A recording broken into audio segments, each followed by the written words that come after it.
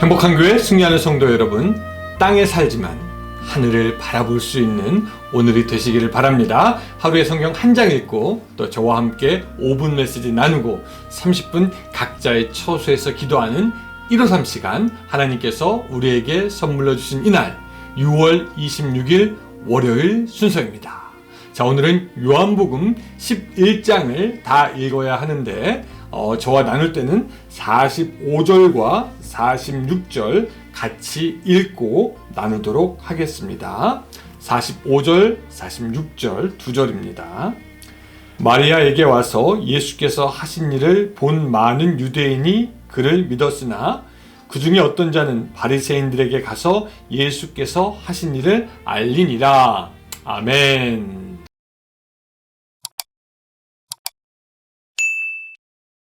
우리가 알다시피 이 11장 이야기의 대부분은 죽은 나사로가 살아낸 것에 대해서 우리에게 말씀하고 있습니다.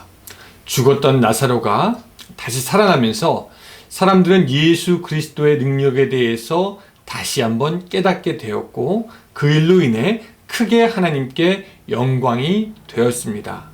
이뿐만 아니라 오늘 본문 보니까 많은 사람들이 예수님께 오는 계기가 되었습니다. 45절, 마리아에게 와서 예수께서 하신 일을 본 많은 유대인들이 그를 믿었으나 라고 말하는 것을 보니까 그 일 때문에 사람들이 예수님을 믿게 되었다라는 것이죠. 참 복된 일입니다. 오늘날 여러분들도 하나님께서 행하시는 놀라운 일들을 보고 더욱 그리스도를 신뢰하게 되기를 주님의 이름으로 축복을 합니다. 그런데 이렇게 놀라운 기적을 본 사람들 가운데에서도 예수님에 대해서 등을 진 사람들도 있었습니다. 자, 46절. 그 중에 어떤 자는 바리새인들에게 가서 예수께서 하신 일을 알리니라 라고 말씀하고 있습니다.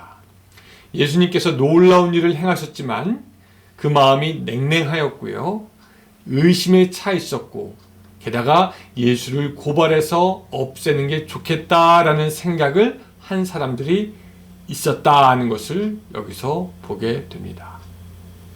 저는 바로 여기서 부분적 기적 무용론을 말 아니할 수가 없습니다. 부분적 기적 무용론.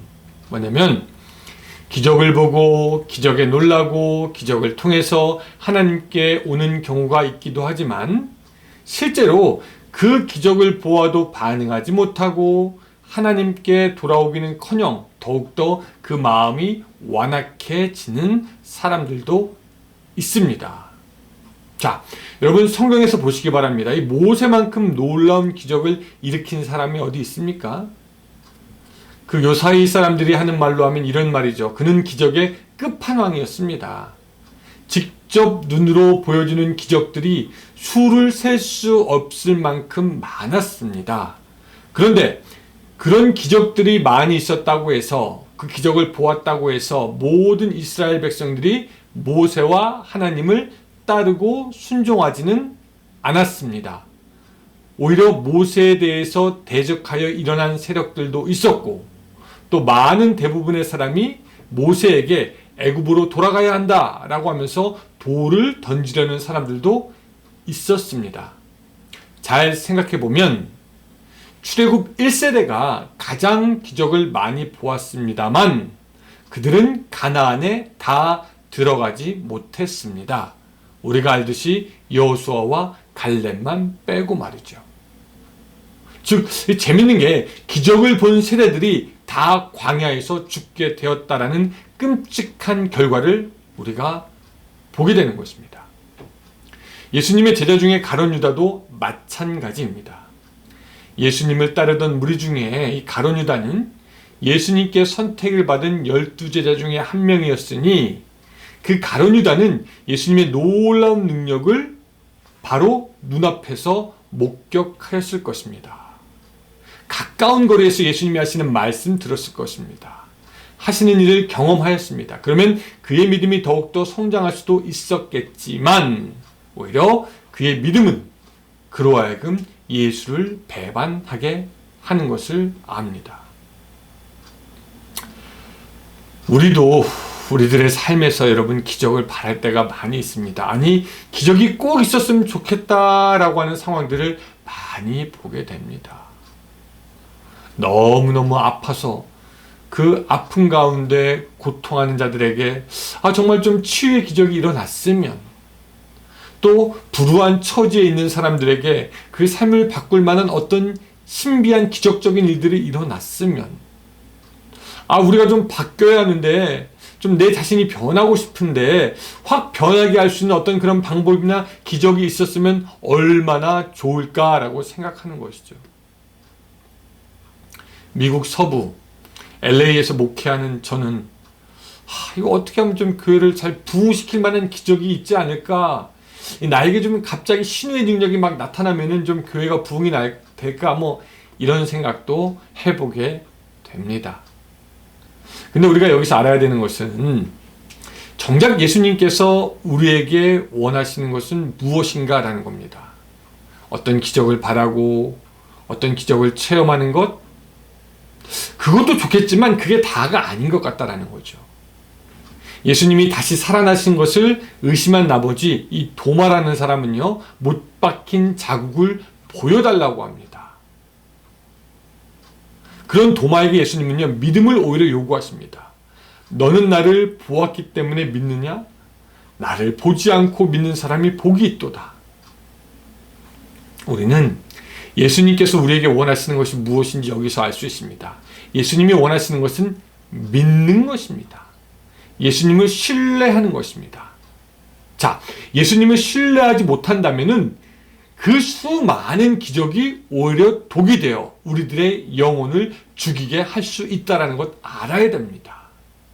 기적이 좋지만 그 기적이 있는 것으로만 충분하지 않고 예수님을 믿는 믿음이 먼저 있어야 된다는 거죠. 우리는 나사로가 죽음에서 일어난 것을 보고 이것이 큰 기적이라고 합니다. 예, 기적이죠. 여러분, 죽은 사람이 다시 살아난 것, 놀라운 기적입니다. 근데 예수님을 믿지 않는다면 그 기적이 오히려 독이 됩니다. 예수를 오히려 죽음에 이르게 합니다. 여러분, 우리 죽은 사람이 살아난 것도 기적이지만 또 우리가 죽지 않고 있다는 것도 기적입니다. 얼마 전에 뉴스를 보니까 무려 25만 불을 들여서 잠수정을 타고 가다가 물에 빠져서 죽었던 사람이 있었다는 뉴스를 접했습니다.